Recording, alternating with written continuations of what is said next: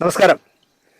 നിങ്ങൾ ഉറങ്ങി എണീക്കുമ്പോഴേക്കും 6-7 വർഷമായി ആർക്കും വേണ്ടാതായ ഒരു കേസിൻ്റെ വിധി പറയുകയാണ് ദിലീപിൻ്റെ നടിയെ ആക്രമിച്ച കേസ്. 8 വർഷമായി ദിലീപ് അനുഭവിക്കുന്ന മാനസിക പീഡനം മാത്രമല്ല, സാമ്പത്തിക പീഡനം മാത്രമല്ല, അയാളുടെ കരിയറിനെ വരെ ദോഷം ചെയ്യുന്ന രീതിയിൽ അയാളെ നശിപ്പിച്ചു കളഞ്ഞു. വിധി എന്തു ആവട്ടെ, അതിനു മുന്നേ ചില മുന്നൊരുക്കങ്ങൾ നടത്തുന്നു, ഒരു പ്രിക്കോഷൻ എന്നുള്ള നിലയ്ക്ക്. അതുകൊണ്ടാണ് ഞാനിപ്പോൾ ഇത് പറയാൻ കാര്യം. ചിലർ ഗ്രൗണ്ടൊക്കെ ഉണ്ടാക്കി വയ്ക്കുന്നു, വിധി വന്നു കഴിഞ്ഞാൽ എന്തൊക്കെ പറയണമെന്ന്.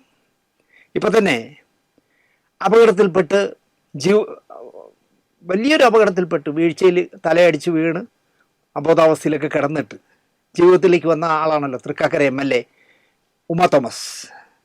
ഒരാവശ്യവുമില്ലാതെ ഒരു കഥയുമായി ഇന്ന് അവരിറങ്ങിയിട്ടുണ്ട്. നടിയെ ആക്രമിച്ച കേസിൽ ഇടപെട്ട സമയത്ത് PT തോമസിന് നേരെ വധശ്രമം ഉണ്ടായത്രേ. അത് അവരുടെ ഒരു സംശയം എന്നാണ് അവർ പറയുന്നത്. അവർക്ക് ഉറപ്പൊന്നുമില്ല, പക്ഷെ എന്നാലും PT തോമസിനെ തട്ടിക്കളയാൻ ആരോ പ്ലാൻ ചെയ്തിരുന്നു എന്ന് അവർക്കൊരു സംശയം. മൊഴി രൂക്ഷമാകാതിരിക്കാൻ ആവശ്യപ്പെട്ട് ചില ഇടപെടലുകളും ഉണ്ടായിരുന്നു എന്നാണ് അവർ പറയുന്നത്. അതായത് PT തോമസിൻ്റെ മൊഴിയിൽ ആർക്കോ വേണ്ടി കൂടുതൽ കടുപ്പിച്ചൊന്നും പറഞ്ഞുകളയല്ലേ എന്ന് ആരോ അദ്ദേഹത്തോട് പറഞ്ഞുന്നുണ്ട്. ഒരു MLA ആണെങ്കിൽ അങ്ങനെ അത് ഒളിച്ചു വയ്ക്കാൻ പാടില്ലായിരുന്നു, അത് പരസ്യമായി പറയണമായിരുന്നു. എന്നോട് ഇന്ന ആളെ വിളിച്ച് കുഴയ്ക്കല്ലേ, അല്ലെങ്കിൽ ഇങ്ങനെ പറയല്ലേ, അങ്ങനെ പറയല്ലേ എന്ന് പറഞ്ഞുവെങ്കിൽ അത് പറയണമായിരുന്നു. ഈ കേസിൽ നടിക്ക് നീതി കിട്ടണമെന്നും ഉമാ തോമസ് ആഗ്രഹം പ്രകടിപ്പിച്ചു. കേരളത്തിൽ ആരെങ്കിലും ഒരാൾ ആ നടിക്ക് എന്താ പറയുക അർഹതപ്പെട്ട നീതി കിട്ടരുതെന്ന് ആരെങ്കിലും പറയൂ? ഇതൊക്കെ ഒരു ഒരു ഒരു മുന്നൊരുക്കമാണ്. എന്തായാലും അത്യാവശ്യമായിട്ട് ഒരിടം വരെ പോകുന്നു എന്ന് പറഞ്ഞിട്ടാണ് അത്രേ പാതിരാത്രി PT തോമസ് MLA വീട്ടിൽ നിന്ന് പോയത്. എവിടേക്കാണ് പോകണമെന്ന് പറഞ്ഞില്ല, ഒരു അത്യാവശ്യ കേസ് എന്നുകൊണ്ട് പാതിരാത്രി പോയി എന്നാണ് പറയുന്നത്.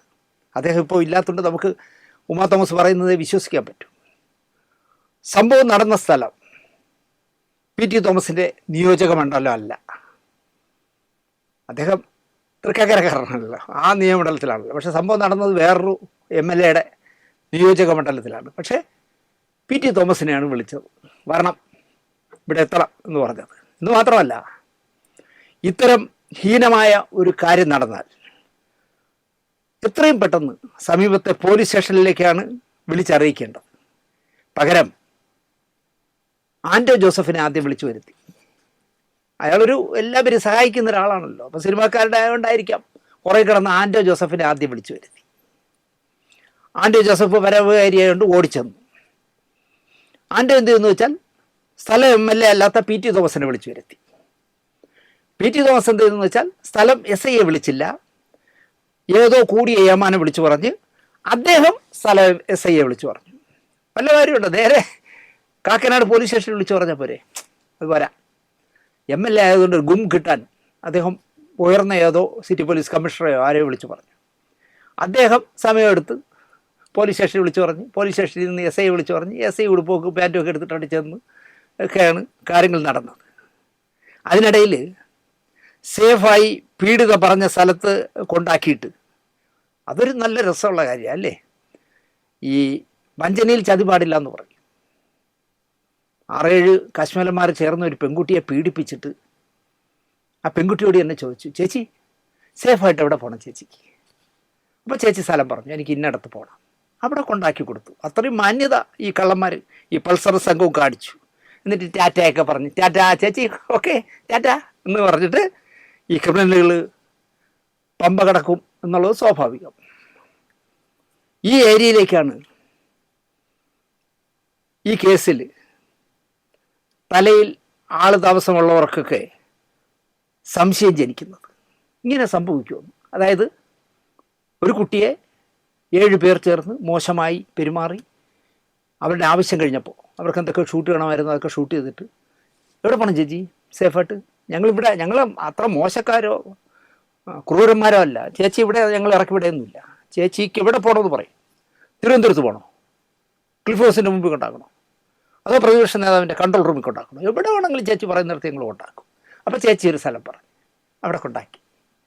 അവിടെ കൊണ്ടാക്കിയിട്ട് എന്ത് ചെയ്തു? പെട്ടെന്ന് ആ കൊണ്ടാക്കിയ വീട്ടുടമസ്ഥൻ പോലീസ് സ്റ്റേഷനിൽ വിളിച്ചില്ല, അദ്ദേഹം ആൻറ്റോ ജോസഫിനെ വിളിച്ചു. കാരണം ഭരിക്കുന്നത് പിണറായിയും ആൻഡോ ജോസഫ് കറകളഞ്ഞ ഒരു കോൺഗ്രസ്സുകാരനാണല്ലോ. അപ്പോൾ കോൺഗ്രസ്സുകാരനെ വിളിച്ചു. അപ്പോൾ ആൻഡോ കഥോടുപ്പൊക്കെ എടുത്തിട്ട് അങ്ങ് ചെന്നു. അപ്പോൾ ആൻഡോ വിവരം അറിഞ്ഞപ്പോൾ ആൻഡോയ്ക്ക് ഷോക്കായി. ആൻഡോ ഉടൻ കോൺഗ്രസ് MLA വിളിച്ചു. സ്ഥലം MLA വിളിച്ചില്ല, കോൺഗ്രസ് MLA വിളിച്ചു. അപ്പോൾ കോൺഗ്രസ് MLA വന്നു. കോൺഗ്രസ് MLA എന്ത് ചെയ്തു? സമീപത്തെ പോലീസ് സ്റ്റേഷനിൽ വിളിച്ചില്ല, അദ്ദേഹം തലപ്പത്തുള്ള ഏമാനെ വിളിച്ചു. തലപ്പത്തുള്ള ഏമാൻ എന്ത് ചെയ്തു? സ്ഥലം SI വിളിച്ചു. സ്ഥലം SI വീട്ടിച്ചത്.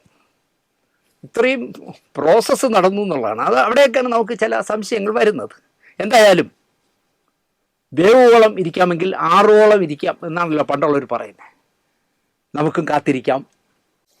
നാളെ തിങ്കളാഴ്ച എന്താണ് ഹണി പറയുന്ന വിധി എന്താണെന്ന് നമുക്ക് നോക്കാം. വീണ്ടും കാണുന്നവരേക്കും നന്ദി, നമസ്കാരം.